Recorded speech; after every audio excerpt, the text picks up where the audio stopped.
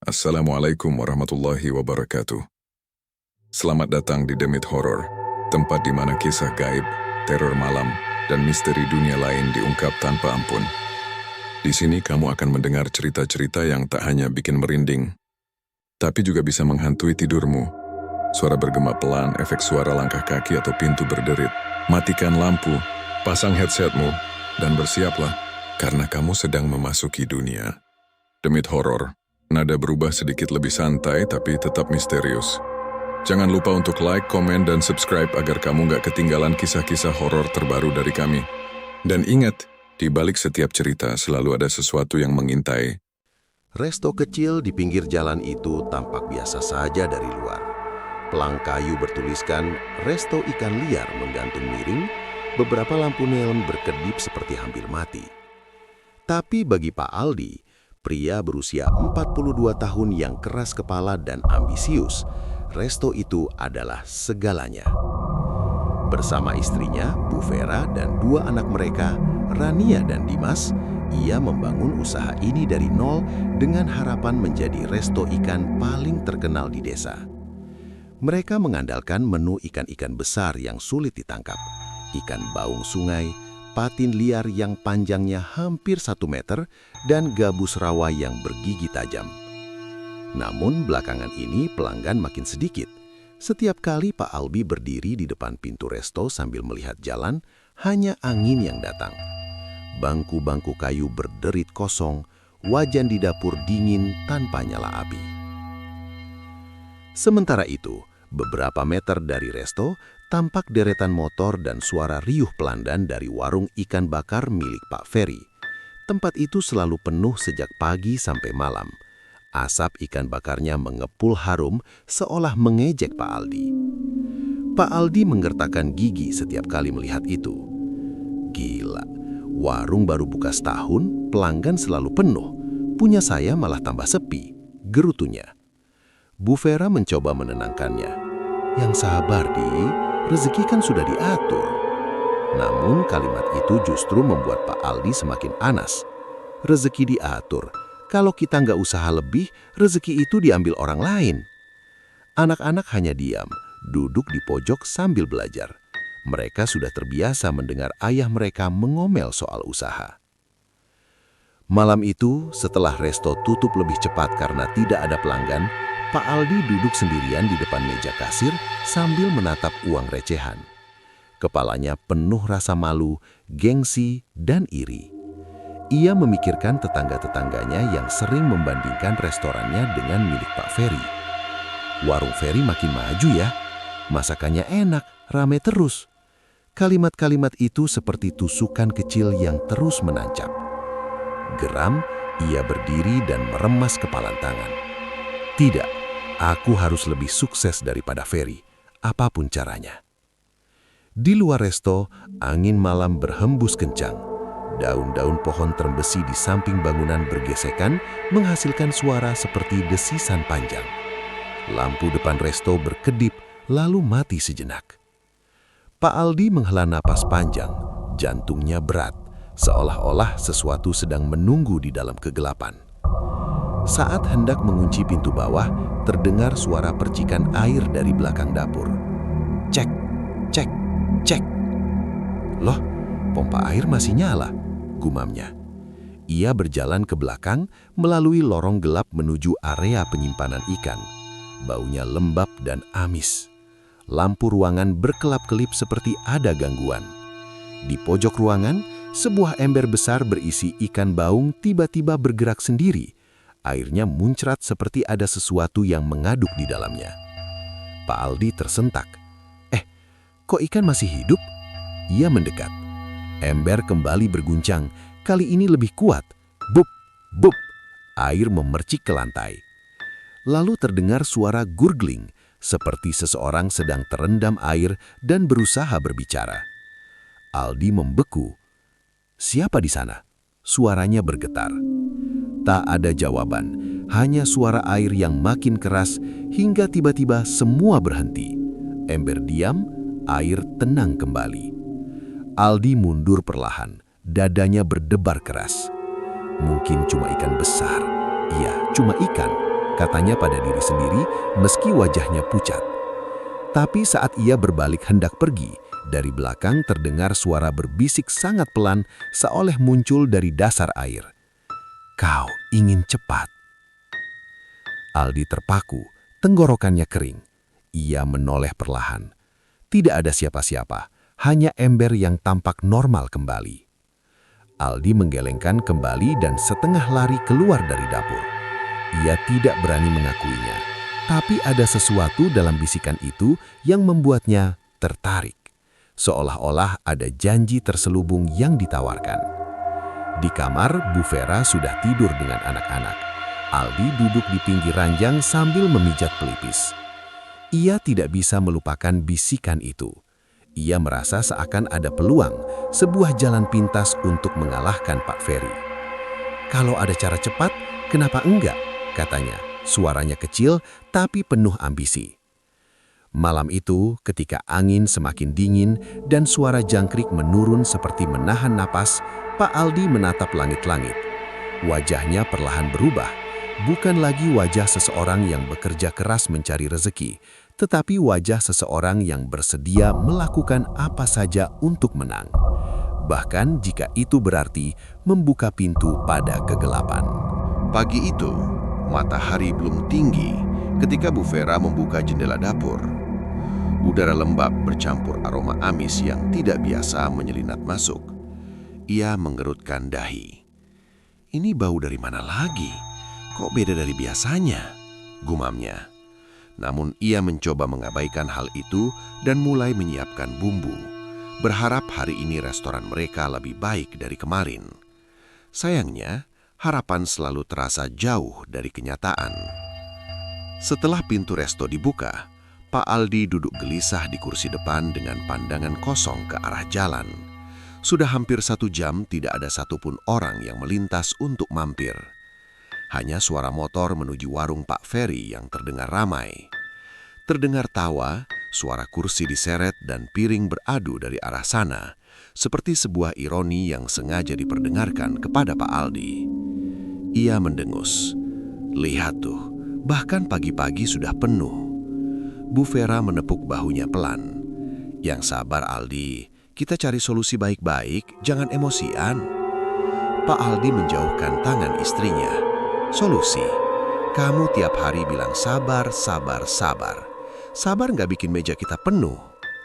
Anak-anak yang sedang sarapan terdiam. Rania menunduk takut, sementara Dimas memegang sendok erat-erat karena suara ayahnya mulai meninggi. Siang harinya, 2 ibu-ibu lewat di depan resto sambil melirik ke dalam. Salah satunya berbisik cukup keras hingga terdengar. "Kasihan ya, sepi terus. Mungkin karena makanannya kalah sama Pak Ferry." "Iya, dan katanya orangnya suka sombong.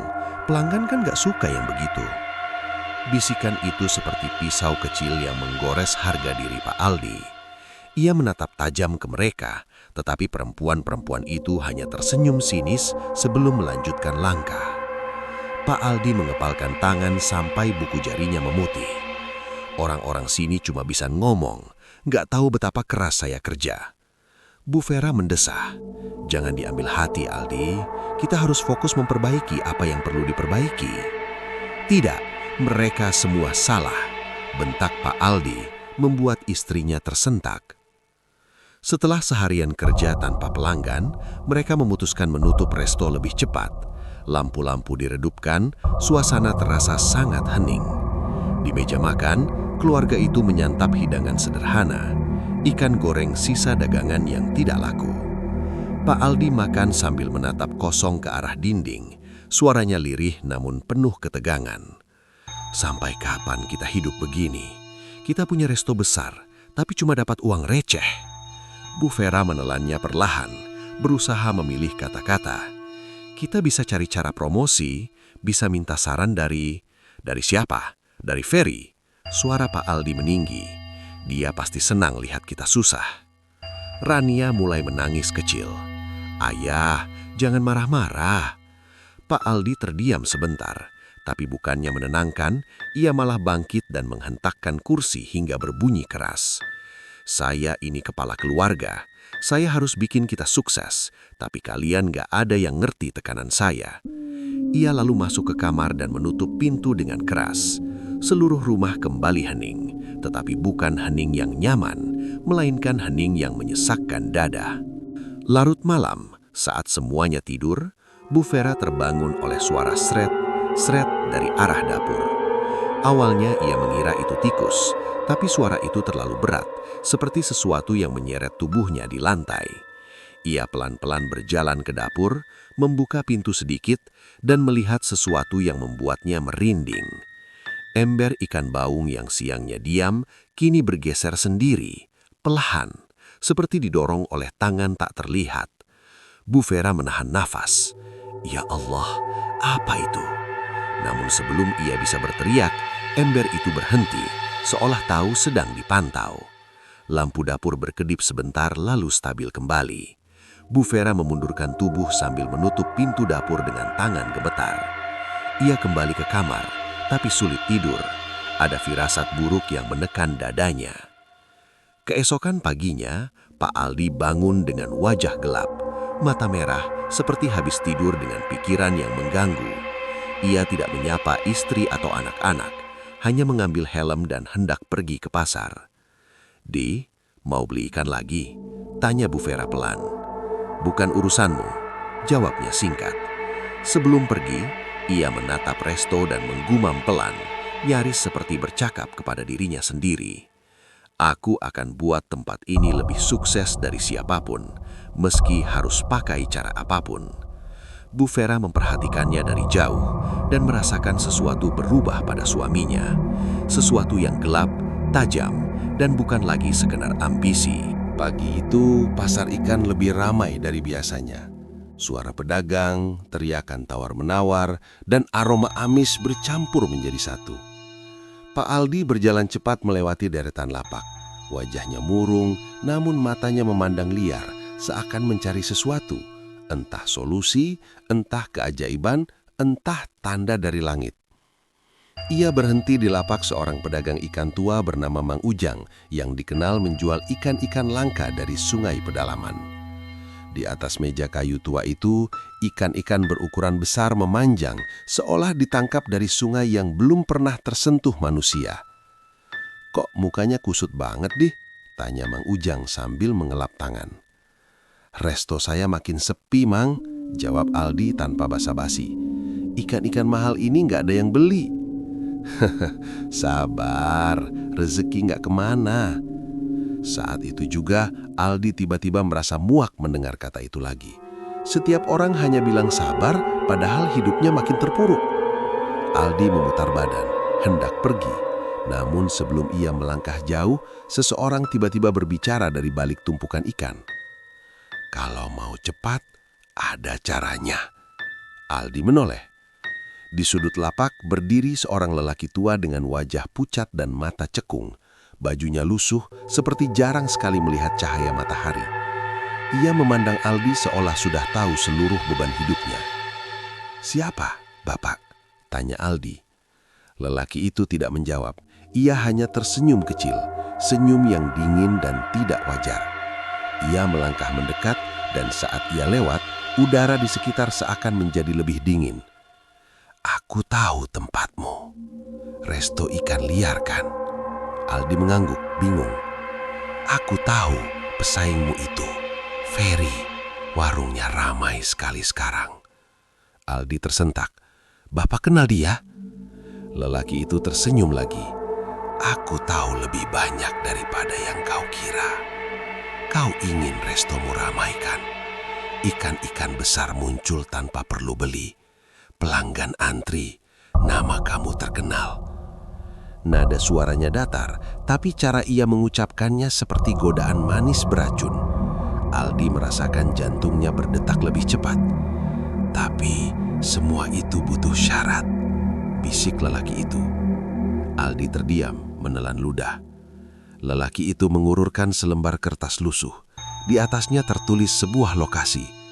"Sungai Tua, ujung hutan desa." Aldi membaca pelan. Sungai itu kan angker, orang jarang berani lewat sana. Lelaki itu mendekat hingga jarak mereka hanya sejengkal. Matanya seperti mata ikan mati, kosong, dingin, namun menatap langsung ke dalam jiwa Aldi. "Di sana ada penunggu yang bisa bantu kamu," katanya. "Pada dasarnya, kamu cuma perlu meminta dan memberi sesuatu sebagai balasan." "Balasan apa?" tanya Aldi, suara hampir tak terdengar. Lelaki itu menoleh ke kiri dan ke kanan, lalu berbisik di telinga Aldi. "Darah." Aldi mundur satu langkah. "Darah? Maksud Bapak?" Lelaki itu meletakkan telunjuknya di bibir. "Jangan bicara keras-keras. Datang saja malam Jumat di tepi sungai itu. Minta apa yang kamu mau." Aldi tidak berkedip. Ada ketakutan, tapi juga rasa penasaran yang membakar. "Bapak, dari mana tahu semua ini?" Lelaki itu tertawa kecil, suaranya serak seperti karat. "Aku juga pernah meminta, dan aku sudah membayar harganya." Aldi tidak sempat bertanya lebih jauh karena lelaki itu perlahan berjalan mundur dan menghilang begitu saja di balik kerumunan pasar, seolah tubuhnya larut ke antara orang-orang. Mang Ujang kembali sibuk mengangkat ikan dan berseru, "Di, kamu mau beli atau enggak?" Aldi hanya diam, memegang kertas lokasi itu erat-erat. Dalam perjalanan pulang, kata-kata lelaki itu terus terngiang. Cepat, mudah, ikan besar, toko ramai, darah. Aldi menggigit bibir bawahnya. Sebagian dirinya berkata ini gila, tidak masuk akal. Tapi sebagian lain, bagian yang dipenuhi gengsi dan dendam terhadap Pak Ferry justru tergoda. Saat sampai di rumah, Bu Vera menyambut dengan senyum lelah. "Kamu beli ikan apa hari ini?" Aldi hanya menaruh kantong plastik tanpa menjawab. "Di, kamu kenapa?" Dengan suara datar, Aldi berkata, "Vera, kalau ada cara supaya resto kita lebih ramai, kamu mau nggak?" Bu Vera tersenyum tipis. "Tentu saja mau, tapi ya cara yang baik." Aldi menatap lantai. "Kalau cara yang tidak biasa, maksudmu?" Namun Aldi tidak menjawab, langsung masuk ke dapur. Ia takut istrinya menolak, ia takut kehilangan kesempatan yang katanya cepat. Malam itu, setelah semua tidur, Aldi duduk di ruang tamu dengan lampu remang-remang. Kertas lusuh itu ia letakkan di depan meja. Tiba-tiba angin dingin lewat dari arah dapur, dan terdengar suara pelan, sangat pelan, seperti bisikan dari balik dinding. "Datanglah, kami menunggu." Aldi merinding, ia memandang ke sekitar, tapi tidak menemukan apa-apun. Namun bisikan itu seperti memberikan dorongan kuat di dadanya. Tangan Aldi bergetar saat ia meraih kertas lokasi itu lagi. "Sudahlah," berbisik Aldi pada diri sendiri. "Cuma lihat, cuma cari tahu, tidak ada salahnya mencoba." Padahal jauh di dalam hatinya, ia tahu dirinya sedang berdiri di tepi jurang yang sangat curam. Dan sekali ia melangkah, ia tidak akan bisa kembali. Malam Jumat sudah dekat, dan Aldi sudah memilih jalannya. Malam Jumat tiba. Angin berembus lebih dingin dari biasanya. Awan gelap menggantung rendah, seolah menekan desa kecil itu. Di dalam rumah, semua orang sudah tidur, kecuali Pak Aldi, yang duduk gelisah sambil memegang kertas lusuh berisi lokasi sungai tua. Semenjak bertemu lelaki misterius itu, pikirannya tak pernah tenang. Setiap kali ia menutup mata, terbayang sosok Pak Ferry yang warungnya ramai, tawa pelanggan yang memenuhi udara, dan komentar tetangga yang meremehkannya. Semakin lama, bisikan itu semakin kuat. "Datanglah, kami menunggu. Kau ingin cepat, bukan?" Aldi berdiri pelan, mengambil jaket dan membuka pintu dengan hati-hati agar keluarganya tidak terbangun. Udara malam terasa aneh, seperti ada sesuatu yang mengawasinya. Sungai tua terletak jauh di ujung hutan desa. Tempat itu terkenal angker, banyak cerita tentang orang hilang, bayangan hitam, dan sosok penjaga sungai yang suka menagih imbal pada orang-orang yang datang mencari kekayaan. Langkah Aldi semakin pelan mendekati hutan. Lampu jalan tidak mencapai area itu. Satu-satunya penerangan hanyalah cahaya bulan yang tertutup awan. Di tengah kegelapan, suara pepohonan bergesekan terdengar seperti bisikan. Cak, cak, cak. Suara ranting patah terdengar dari belakangnya. Aldi berhenti, menelan ludah. Siapa di sana? Tidak ada jawaban, hanya suara sungai yang mengalir pelan, seperti menariknya mendekat. Ia melanjutkan jalan, menembus semak dan akar-akar besar. Semakin dekat dengan sungai, semakin kuat bau amis yang menyengat. Namun itu bukan bau ikan biasa, itu bau darah. Aldi akhirnya tiba. Sungai tua tampak berbeda dari yang ia bayangkan. Airnya hitam pekat, seperti lumpur yang menua ratusan tahun. Kabut tipis menggantung di atas permukaannya, bergerak pelan seperti hidup. Pohon-pohon besar menjulang tinggi, menghalangi cahaya bulan hingga area itu hampir tanpa cahaya.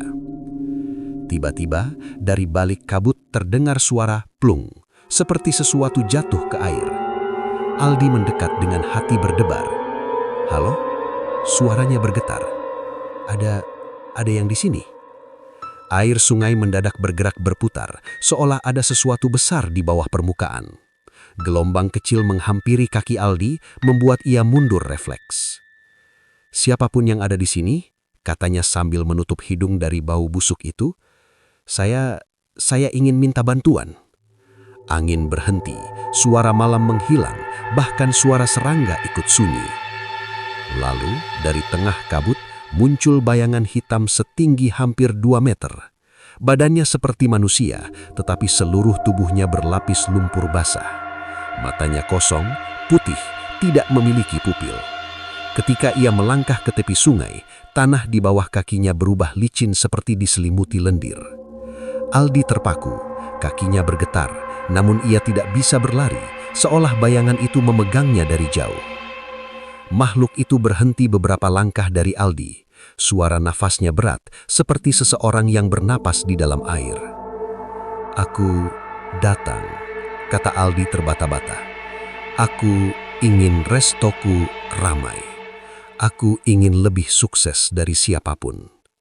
Makhluk itu menggerakkan kepala perlahan, seolah menimbang-nimbang niat Aldi. Lalu suaranya muncul, serak, berat, dan seperti berasal dari dalam air. Keinginanmu bisa kami beri. Aldi merasakan hawa dingin menyelimuti tubuhnya. Ikan besar, pelanggan tak pernah habis, nama yang dikenal. Makhluk itu mengangkat tangan berlendir yang memantulkan cahaya bulannya, menekan dada Aldi dari jauh tanpa menyentuhnya. Aldi terengah, seperti jantungnya diremas. Semua bisa kau dapat, tapi ada syaratnya. Aldi mengangguk cepat, hampir tanpa berpikir. Apapun, katakan. Makhluk itu mendekat hingga wajahnya hanya sejengkal dari Aldi. Dari rongga hidungnya keluar air hitam menetes ke tanah. Balasan darah. Aldi bergidik ngeri. Darah apa? Makhluk itu menghela nafas panjang, dan suara itu membuat seluruh rambut di tubuh Aldi berdiri. Darah saudara sedarah, tumbal pertamamu. Aldi mundur, wajahnya pucat. Saudara? Maksudmu saudara? Adik? Kakak? Makhluk itu mengangguk perlahan. Tanpa darah itu, tak ada perjanjian, tak ada kekayaan. Aldi memandang sungai hitam itu, ambisinya berkecamuk. Ia ingin sukses, ia ingin menyaingi Pak Ferry, ia ingin membuktikan diri. Suara di kepalanya berbisik, ini cuma sekali, kamu butuh ini, lakukan. Makhluk itu mengulurkan tangan berlendir yang memantulkan cahaya bulannya. Kau terima atau kau pergi dengan tangan kosong. Aldi memandang tangan itu. Ia tahu ini salah. Ia tahu ia sedang berhadapan dengan sesuatu yang bukan manusia, sesuatu yang lapar akan darah. Namun di matanya terbayang resto ramai, uang mengalir, dan Pak Ferry yang kalah. Dengan nafas gemetar, Aldi menyentuh tangan makhluk itu. Saat itu juga, suara air meledak dari sungai, kabut berputar, angin mendesing, dan suara bisikan tak terhitung jumlahnya memenuhi udara. Tumbal, tumbal, tumbal. Aldi menutup telinga, berlutut, berteriak ketakutan. Makhluk itu hilang dalam gelombang kabut, meninggalkan suara terakhir. Dalam 3 malam, kami menagih. Ketika Aldi kembali ke rumah, langkahnya sudah bukan langkah orang yang sama. Sorot matanya berubah, lebih gelap, lebih tajam, lebih berbahaya. Ia telah membuat perjanjian, dan tidak ada jalan kembali. Malam itu, Pak Aldi pulang dengan tubuh gemetar dan napas tersengal. Meski wajahnya pucat, ada sesuatu yang berbeda dalam sorot matanya. Sebuah kegelapan yang perlahan mengambil alih akalnya. Bu Vera yang menunggu di ruang tamu langsung bangkit. "Di, kamu dari mana? Sudah hampir jam 2 malam." Aldi tidak menjawab. Matanya kosong menatap lantai. Tangannya masih terasa dingin setelah menyentuh makhluk dari sungai tua. Seolah lendir itu menempel sampai ke tulang. "Di?" ulang Vera. Suaranya cemas. Aldi hanya berbisik lirih. "Semua akan berubah sebentar lagi." Ia masuk ke kamar tanpa menoleh. Bu Vera menatap punggung suaminya dengan firasat buruk merayap di dadanya. Hari pertama, tanda perjanjian. Esok paginya, sesuatu aneh terjadi. Saat membuka kolam penampungan ikan di belakang resto, Aldi melihat ikan-ikan besar yang tidak pernah ia beli. Patin liar hampir 1 meter, gabus rawa berwarna hitam keperakan, dan baung sungai dengan gigi tajam seperti baru saja membunuh mangsa. Semua menggelepar kuat, seolah baru ditangkap dari sungai. Bu Vera terkejut. "Di, kamu beli dari mana? Ini mahal semua." Aldi senyum tipis, senyum yang tidak pernah ia tunjukkan sebelumnya. "Ada jalannya," jawabnya singkat. Tanpa penjelasan lain, ia langsung memotong ikan-ikan itu, memasaknya, dan membuka resto dengan penuh keyakinan. Dan benar saja, pelanggan mulai berdatangan. Awalnya hanya 1-2, lalu 4, lalu 10. Hingga sore, restoran yang biasanya kosong kini penuh sesak. Tawa, suara piring beradu, dan aroma ikan bakar memenuhi ruangan, seperti mimpi yang menjadi kenyataan. Namun, di tengah keramaian itu, Aldi semakin gelisah. Sosok hitam dari sungai seolah berbisik dari balik kesadarannya. Dalam 3 malam, tumbal, saudara, darah. Hari kedua, bayangan mengintai. Malam berikutnya, Aldi semakin gelisah. Tidak ada yang tahu kecuali dirinya bahwa makhluk itu akan datang menagih. Ia duduk di teras rumah dengan tangan gemetar. Kepalanya penuh suara-suara. "Kau janji, kau sudah ambil rezeki kami. Berikan darah, atau kami ambil keluargamu." Aldi menutup telinga meski suara itu berasal dari dalam kepalanya sendiri. Rania keluar. "Ayah, kenapa duduk di luar gelap-gelap begitu?" Aldi tersentak. Ia cepat-cepat berdiri dan tersenyum palsu. "Tidak apa-apa sayang. Masuk ya, ayah lagi pikiran kerja." Rania mengangguk, tetapi ekspresinya menunjukkan ketakutan. Ayahnya bukan lagi ayah yang sama. Ketika pintu rumah menutup, Aldi berbisik pada dirinya sendiri. Mereka cuma butuh 1 tumbal. Hanya 1. Setelah itu selesai. Hari ketiga, tuntutan darah. Malam ketiga tiba. Angin bertiup lebih kencang. Langit gelap seperti diselimuti jelaga. Udara terasa berat, penuh tekanan tak terlihat. Aldi tidak bisa tidur. Ia duduk di dapur sambil memegang pisau besar. Tangan kanan gemetar. Tiba-tiba, tok, tok, tok. Suara ketukan di pintu belakang. 3 kali, pelan tapi jelas. Seolah-olah itu panggilan yang sudah lama dinanti. Aldi berdiri, kakinya berat, tapi tubuhnya bergerak sendiri. Ketukan lagi. Tok, tok, tok. "Aku datang," gumam Aldi dengan suara bergetar. Ia membuka pintu perlahan. Dan di sana, di belakang rumah yang gelap gulita, ia melihat kabut hitam menggantung rendah. Tanah basah dan berlendir seperti pinggiran sungai. Dari tengah kabut, muncul sosok tinggi berlumpur, penunggu sungai tua. Matanya kosong, menatap langsung ke dalam jiwa Aldi. Waktunya. Suara itu bergema dalam kepala Aldi. Aldi mengangguk cepat. Iya, saya siap. Saudara-saudara, tumbal pertama. Aldi menelan ludah. Ia sudah memikirkan orangnya sejak sore. Adiknya, Arman, satu-satunya saudara yang masih sering datang membantu. Arman polos, baik, dan percaya penuh pada Aldi. Dan karena itu, Aldi memilih dia. Malam ini dia datang ke sini. Kata Aldi tanpa sadar. Dia mau antar bahan baku. Sosok hitam itu mendekat. Lendirnya menetes ke lantai hingga menimbulkan bau busuk. Jalankan, atau kami ambil keluargamu.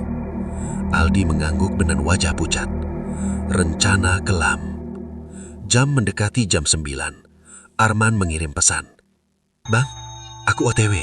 Sekalian makan malam di situ ya. Aldi merasakan perutnya mual, tetapi suara-suara itu memaksa. Kau sudah janji. Darah. Ketika Arman mengetuk pintu, Aldi hampir tidak bisa berdiri. Bang, sehat? Kenapa pucat banget? Tanya Arman sambil tertawa kecil. Aldi memaksa tersenyum. Ayo masuk Arman, aku masakin ikan besar. Arman masuk tanpa curiga. Ia duduk di meja dapur, menunggu sambil bercerita soal pekerjaannya. Aldi berdiri di belakangnya, memegang pisau besar. Tangan bergetar keras. Bang, kamu kenapa? Pisau itu? Sebelum Arman selesai bertanya, Aldi menutup mata dan bruk. Pisau itu menembus sisi leher Arman. Darah menyembur ke lantai, ke baju Aldi, ke dinding. Arman jatuh terkapar, tangan menggapai-gapai udara, mulutnya bergerak tanpa suara. Matanya memandang Aldi dengan kebingungan, lalu ketakutan, lalu perlahan padam. Aldi menjerit tanpa suara, tubuhnya bergetar hebat. Ia menangis, tetapi air mata itu tidak bisa menghapus dosa. Dari sudut dapur, kabut mulai naik. Sosok hitam itu muncul kembali, mendekat ke tubuh Arman yang tergeletak. Bagus, darah pertama diterima. Makhluk itu menarik tubuh Arman ke dalam kabut, menyeretnya ke arah pintu belakang, lalu menghilang. Tidak ada jejak darah, tidak ada tubuh, hanya bau amis dan kegilaan yang mulai tumbuh dalam diri Aldi. Aldi jatuh ke dalam kegelapan. Aldi berlutut, memukul lantai. Aku sudah lakukan. Sekarang selesaikan. Selesai. Tapi dari kejauhan, suara itu berbisik. Belum. Perjanjian baru dimulai. Aldi menjerit histeris. Dan di ruangan sebelah, Bu Vera terbangun, merasakan sesuatu yang jauh lebih gelap daripada sekedar mimpi buluk. Mulai memasuki rumah mereka. Sejak malam Pak Aldi pulang dari hutan, rumah itu tak lagi terasa seperti rumah. Suasananya gelap, lembab, dan penuh hawa aneh yang membuat bulu kuduk berdiri. Tidak ada yang tahu apa yang terjadi di hutan semalam, kecuali Pak Aldi. Dan entah mengapa, semua mimpi buruk dan gangguan mulai bermunculan satu persatu. Pagi itu, Bu Vera memandang suaminya dengan rasa cemas. Wajah Pak Aldi pucat, mata cekung seolah tidak tidur semalaman. "Apa kamu baik-baik saja, Di?" tanya Bu Vera.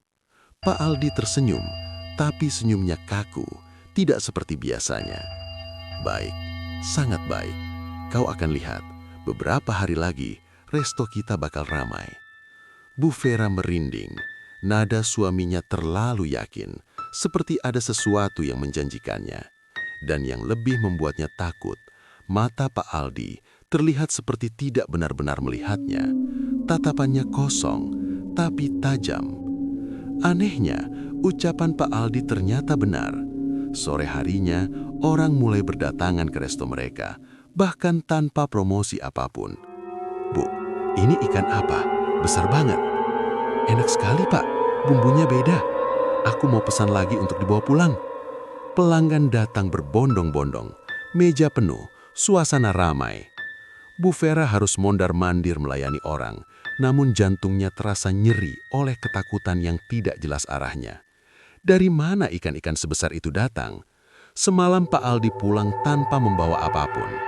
Dan satu hal yang membuatnya makin takut, di antara tumpukan ikan, ia melihat satu ekor ikan sangat besar dengan mata bulat yang tampak seperti mata manusia. Ia memejamkan mata sejenak, mencoba meyakinkan dirinya bahwa itu cuma halusinasi. Tapi perasaan itu tidak pergi. Malam itu, setelah resto tutup, rumah kembali hening.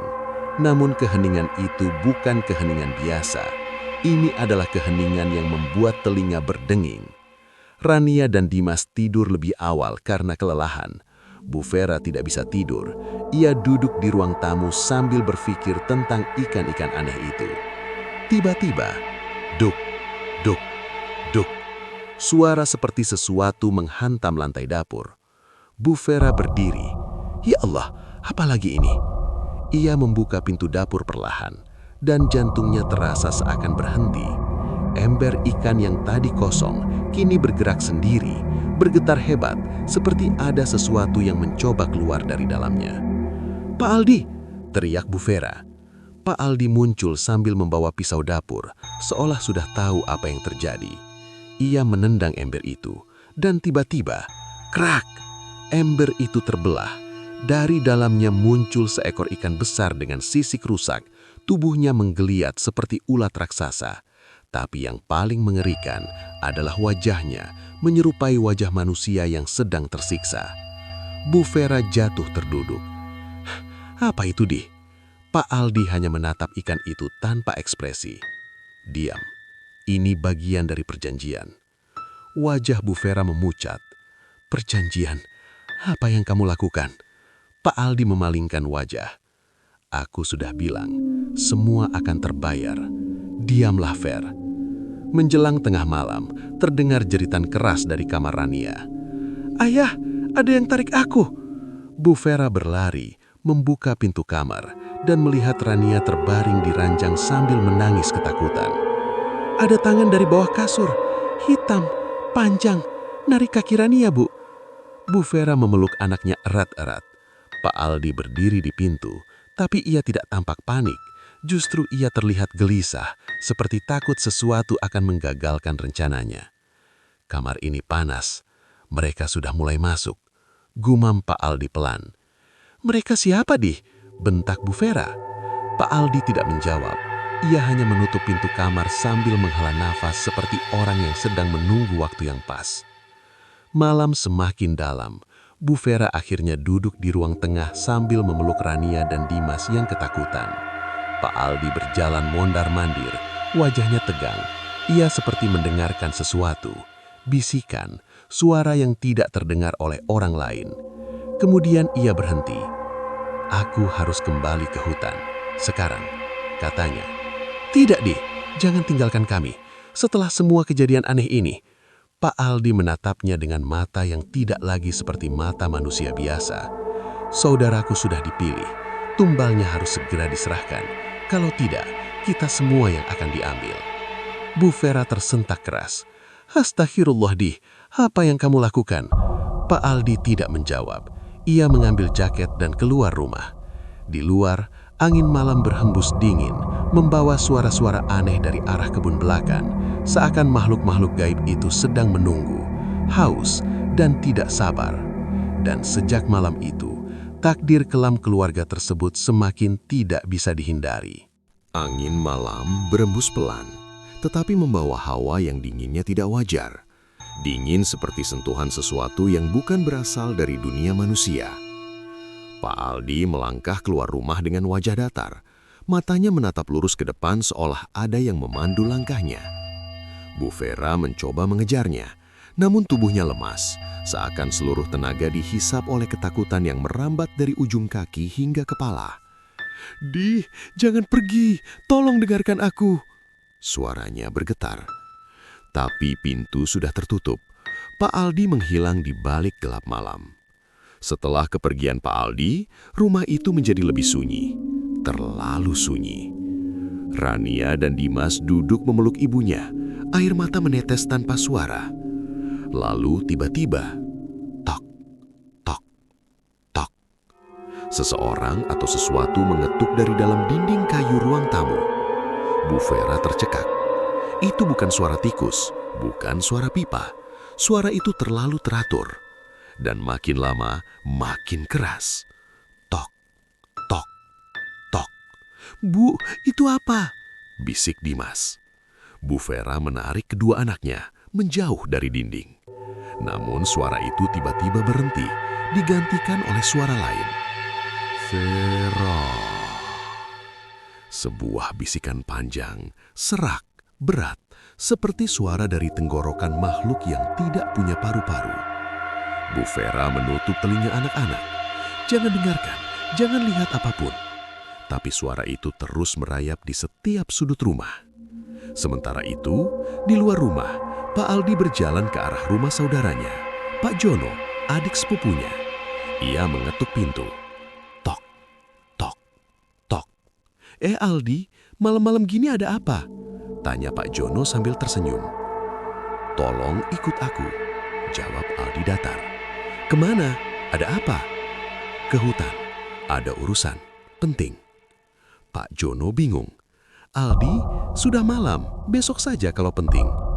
Pak Aldi menatapnya, dan mata itu, mata yang seharusnya coklat, kini tampak gelap, hampir hitam pekat. "Ayo, ikut." Nada suaranya bukan permintaan, melainkan perintah. Dan anehnya, Pak Jono seperti kehilangan kehendak. Ia mengangguk pelan tanpa sadar, lalu mengikuti Aldi berjalan menuju pinggir desa. Di hutan, kabut tebal menggantung di antara pohon-pohon besar. Suara jangkrik hilang, angin berhenti. Semua terasa mati. Pak Aldi berdiri di tengah tanah lapang kecil yang dikelilingi akar pohon raksasa. Pak Jono mematung di belakangnya. Tubuhnya bergetar seperti menahan dingin. "Aldi, aku takut. Kita ngapain di sini?" Pak Aldi tidak menjawab. Ia hanya mengangkat kedua tangannya. Dan dari balik pepohonan muncul bayangan-bayangan hitam. Bentuknya seperti manusia, tapi tubuhnya memanjang, tanpa wajah. Hanya rongga hitam yang tampak seperti lubang tak berdasar. Pak Jono tersandung mundur. Apa itu, Aldi?" Pak Aldi menoleh perlahan. Senyum muncul di wajahnya, tapi senyum itu bukan senyum manusia. "Kau tumbalku." Pak Jono menjerit. "Aldi, kau gila, jangan!" Tapi jeritan itu tertelan oleh suara aneh yang menggelegar dari dalam tanah. Bayangan-bayangan itu bergerak cepat, merayap seperti asap, lalu menyelimuti tubuh Pak Jono. "Aldi, tol!" Suara itu terputus begitu saja. Tubuh Pak Jono tergantung di udara, terangkat oleh kekuatan tak terlihat. Lalu, cerak! Tubuhnya terbelah seperti kayu retak. Darah menetes ke tanah dan langsung hilang, seperti disedot bumi yang lapar. Bayangan-bayangan itu kemudian memutar tubuh Pak Aldi, seolah mengelilinginya dalam gerakan ritual. Perjanjian terpenuhi. Bisik suara tak terlihat. Pak Aldi menunduk, senyumnya melebar. "Restuku harus menang." Di rumah Bu Vera berusaha menenangkan anak-anak, walaupun ia sendiri gemetar hebat. Lampu-lampu tiba-tiba redup, lalu menyala, lalu redup lagi. Angin dingin merayap dari bawah pintu depan. Tiba-tiba, Rania menjerit. "Bu, di jendela ada bayangan hitam tinggi banget." Bu Vera langsung memeluk Rania dan Dimas. Namun ia terlalu takut untuk menoleh. Tetapi suara langkah kaki itu terdengar jelas. Tek, tek, tek. Langkah itu berhenti tepat di depan pintu. Lalu, tanganku masuk. Sebuah suara berat bergema di dalam kepala mereka. Dimas menangis keras, sementara Bu Vera memeluk mereka sambil menutup mata. Tiba-tiba, semua suara berhenti. Pintu depan terbuka pelan. Pak Aldi masuk dengan wajah lelah tetapi puas, seperti seseorang yang baru saja menyelesaikan tugas penting. Namun tubuhnya basah dengan darah, bukan darahnya sendiri. Bu Vera berdiri perlahan, wajahnya pucat. "Di, darah siapa itu?" Pak Aldi menatapnya. "Jangan takut, semua ini demi kita." Bu Vera mundur 2 langkah. "Demi kita? Kamu sudah bunuh siapa? Di..." Pak Aldi tidak menjawab. Ia hanya menutup pintu. Dan saat pintu tertutup, terdengar sesuatu berbisik. Satu tumbal masih kurang. Dan Bu Vera langsung sadar, kengerian yang menanti keluarga mereka belum berakhir, justru baru saja mulai. Malam semakin larut, namun rumah keluarga Aldi terasa seperti berada di tengah badai kegelapan. Lampu-lampu berkedip tanpa henti, hawa dingin menyelimuti setiap sudut ruangan, dan bisikan-bisikan misterius tak pernah berhenti terdengar. Meski Pak Aldi sudah kembali, justru ketakutan di rumah semakin menjadi-jadi. Bu Vera memerhatikan suaminya yang duduk di kursi ruang tamu. Wajahnya pucat, namun senyumnya tak hilang. Senyum yang tidak manusiawi. Senyum yang membuat darah Bu Vera serasa berhenti mengalir. Dari bawah lengan kemeja Pak Aldi, Bu Vera melihat urat-urat gelap merambat, seperti akar pohon tua yang bergerak di bawah kulit. Aldi, tubuhmu itu kenapa? Pak Aldi melirik, tatapannya dingin jauh. Mereka menandai aku. Itu berarti perjanjiannya berhasil. Bu Vera menutup mulut dengan gemetaran. Apa yang kamu lakukan, Di? Perjanjian apa? Mereka siapa? Pak Aldi berdiri perlahan. Gerakannya aneh, seperti sendi-sendinya tidak bekerja normal. Ia mendekat pada istrinya. Semakin dekat dan berbisik dengan suara parau. Aku sekarang bukan cuma manusia. Bu Vera terpaku, ketakutan membekukan kakinya. Sementara itu, di kamar, Rania dan Dimas mendengar suara gedebuk dari loteng tepat di atas kamar mereka. Mama, itu suara apa? Bisik Dimas sambil menangis. Bu Vera berlari ke kamar mereka, memeluk keduanya. Tenang nak, tenang. Tapi suaranya sendiri bergetar. Tiba-tiba suara langkah kaki berjalan cepat di loteng. Tek, tek, tek, tek. Lalu berhenti tepat di atas kepala mereka. Semua menahan napas. Sampai akhirnya terdengar suara seperti kuku panjang menggaruk lantai kayu. Srek, srek, srek. Bu Vera memejamkan mata, memeluk Rania dan Dimas semakin erat. Jangan lihat ke atas, apapun yang terjadi, jangan lihat. Namun Rania tidak bisa menahan rasa ingin tahu. Ia mengangkat wajahnya sedikit dan melihat langit-langit berdebu itu. Retak! Kayunya sedikit terbelah dan dari celah itu muncul sesuatu. Mata besar, hitam, mengintip. Rania jerit histeris. Jeritan itu membuat sesuatu di loteng bergerak cepat, seolah merayap mendekati tepi langit-langit. Langit-langit kamar berguncang keras. Bruk, bruk, seperti sesuatu besar sedang mencoba menerobos masuk. Bu Vera membawa anak-anak keluar kamar. Namun saat membuka pintu, mereka melihat sosok berdiri di ujung lorong. Tubuhnya tinggi, terlalu tinggi untuk ukuran manusia. Kulitnya hitam berlumur lendir. Lehernya panjang tidak wajar, membungkuk mengikuti bentuk dinding. Dan dari mulutnya yang sobek, keluar bisikan serak. Tumbal belum lengkap. Dimas langsung menjerit ketakutan. Bu Vera memundurkan tubuhnya, tetapi lorong rumah terasa semakin sempit. Makhluk itu bergerak, bukan berjalan, melainkan menyusup di sepanjang dinding. Tulangnya berbunyi patah setiap kali merubah posisi. Rania memeluk ibunya sambil menangis. Mama, aku takut, aku gak mau mati. Tiba-tiba, Pak Aldi muncul dari balik bayangan. Namun wajahnya kini berubah mengerikan.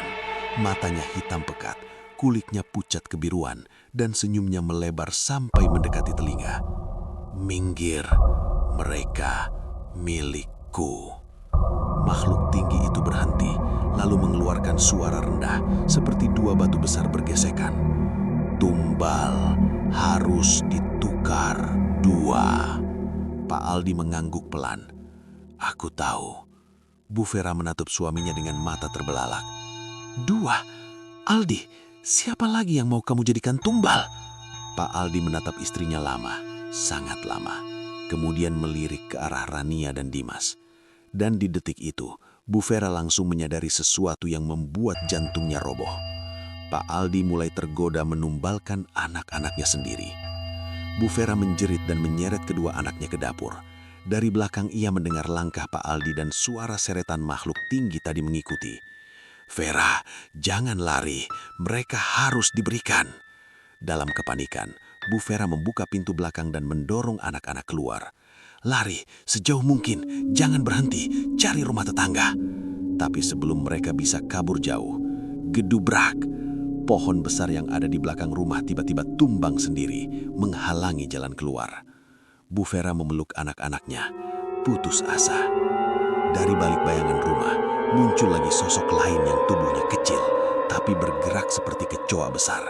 Tangan dan kakinya panjang seperti laba-laba. Satu lagi, satu lagi, satu lagi. Ia berbisik sambil mendekat. Rania menutup matanya sambil menangis ketakutan. Bu Vera teriak sekencang-kencangnya, "Aldi, tolong anakmu." Pak Aldi muncul, wajahnya berkeringat, tubuhnya bergetar. Ia maju, berdiri antara makhluk-makhluk itu dan keluarganya. Namun matanya terlihat bingung, seperti ada dua sisi yang bertarung di dalam dirinya. Satu sisi suami dan ayah, dan satu sisi makhluk pesugihan yang sudah menandainya. Makhluk tinggi itu mendesis, "Tumbal atau nyawamu kami ambil sekarang." Pak Aldi menatap Bu Vera, Rania dan Dimas. Mereka ketakutan, terpojok, tidak bisa lari. Pak Aldi mengepalkan tangan. Keras, napasnya terengah-engah, wajahnya kacau. Lalu ia berkata pelan, hampir berbisik, "Jangan, mereka jangan." Tapi makhluk-makhluk itu bergerak makin dekat, memaksa pilihannya. Angin malam berhenti berembus. Suasana di belakang rumah Pak Aldi terasa seperti dunia yang menahan napas. Bu Vera dan dua anaknya berdiri terpojok di dekat pohon besar yang tumbang. Tidak bisa lari, tidak bisa bersembunyi. Di hadapan mereka, tiga makhluk pesugihan semakin mendekat. Sosok tinggi tanpa wajah, makhluk merayap seperti laba-laba raksasa, dan satu bayangan gelap yang hanya berupa kabut pekat. Bu Vera menangis sambil memeluk Rania dan Dimas. "Tolong, jangan ambil anakku, jangan." Namun makhluk tinggi itu menjulurkan lengannya seperti akar pohon, mengarah tepat ke arah anak-anak.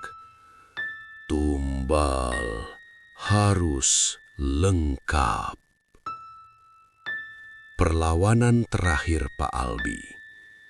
Pak Aldi berdiri di depan mereka, tubuhnya gemetar keras. Urat hitam di kulitnya tampak semakin jelas, matanya berubah menjadi merah gelap, dan suaranya serak seperti dua suara yang tumpang tindih. Suaranya sendiri, dan suara makhluk hutan yang menguasainya. "Jangan, anak-anakku, jangan!" Sosok kabut hitam berputar di sekitar Pak Aldi, membisiki telinganya. "Kau berjanji, berikan 2 nyawa lagi." Pak Aldi berteriak sambil memegangi kepala, seolah otaknya dihantam ribuan jarum panas. "Aku tidak mau, mereka anak-anakku." Bayangan itu membalas dengan suara menggema. "Maka kami ambil kamu." Tubuh Pak Aldi terangkat ke udara, terhisap oleh pusaran kabut seperti daun kering. Bu Vera menjerit histeris, "Aldi!" Namun hanya dalam hitungan detik. Kriak! Tubuh Pak Aldi terpelintir tidak wajar, seperti kain basah diremas. Kakinya patah terbalik, tulang punggungnya melengkung sampai hampir memecahkan kulit, sementara matanya terbuka lebar, seolah melihat sesuatu yang lebih mengerikan dari makhluk-makhluk itu sendiri. Dan kemudian, crash! Tubuh Pak Aldi pecah menjadi puluhan bagian kecil yang langsung diserap oleh tanah, menghilang tanpa jejak. Bu Vera jatuh berlutut, tubuhnya bergetar hebat. "Astagfirullah, Aldi, ya Allah, suamiku." Namun tragedi itu baru permulaan. Makhluk-makhluk menagih janji. Setelah Pak Aldi lenyap, makhluk-makhluk itu serempak menoleh ke arah Bu Vera dan anak-anak seperti serigala yang baru saja kehilangan mangsanya. Sosok tinggi itu merendahkan tubuh hingga kepala hitamnya sejajar dengan wajah Rania. Tuan sudah mati. Tumbal harus tetap ada. Rania menjerit ketakutan dan memeluk ibunya semakin erat. Bu Vera mengangkat tangan gemetar. "Ambil aku, jangan anak-anakku. Tolong, ambil aku saja." Makhluk laba-laba raksasa mulai memanjat dinding rumah, bergerak cepat seperti ingin menyusuri atap untuk mengepung mereka. Bayangan hitam bergerak berputar, semakin lama makin pekat. Seolah dunia mengecil, memusat hanya pada keluarga kecil itu. Bu Vera tahu saat ini hanya kesalahan suaminya yang sedang mereka bayar, namun ia tak punya tempat lari.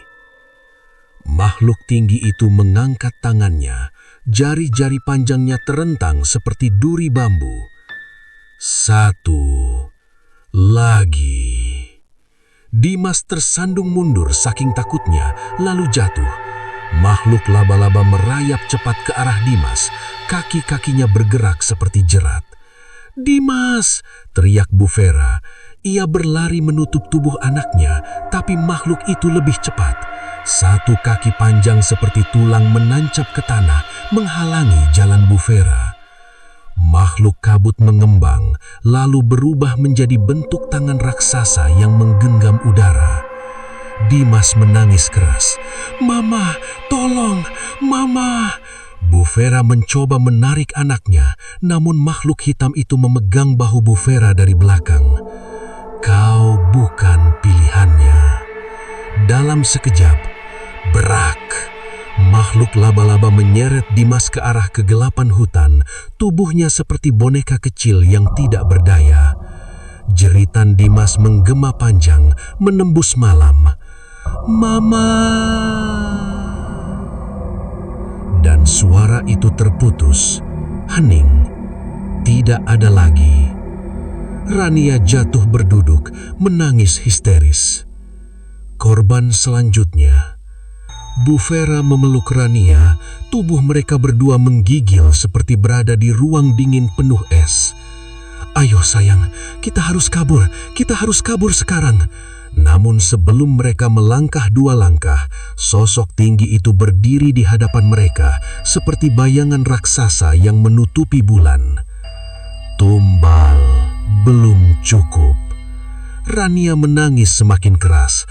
"Mama, aku nggak mau mati, aku nggak mau mati." Bu Vera memeluk putrinya sambil menatap makhluk itu dengan air mata. "Tolong, jangan dia, ambil aku saja, biarkan dia hidup." Makhluk itu mengangkat angan panjangnya, jari-jari seperti akar pohon melingkar di udara. "Pilihan suamimu, kewajiban harus lunas." Dari tanah muncul tangan-tangan hitam berbentuk lengkung meraih kaki Rania. "Ah, Mama, tolong, kaki Rania dipegang." Bu Vera menarik kuat-kuat, berteriak sekencangnya. "Tidak, lepaskan anakku." Tapi tangan-tangan itu menarik lebih kuat, menyeret Rania ke tanah yang retak, seperti ada lubang besar terbuka di bawahnya. Dalam teriakan yang pecah, "Mama!" Rania tersedot ke dalam kegelapan. Suara kecilnya menghilang dalam detik. Kematian Bu Vera. Bu Vera jatuh berlutut, tubuhnya limbung, wajahnya tidak lagi sanggup menangis. Ia kehilangan suami, kehilangan Dimas, kehilangan Rania, dan kini hanya dirinya yang tersisa. Makhluk-makhluk itu mengitari Bu Vera. Bayangan kabut berputar seperti pusaran angin. Sosok tinggi membungkuk mendekat, wajah hitamnya sangat dekat dengan wajah Bu Vera.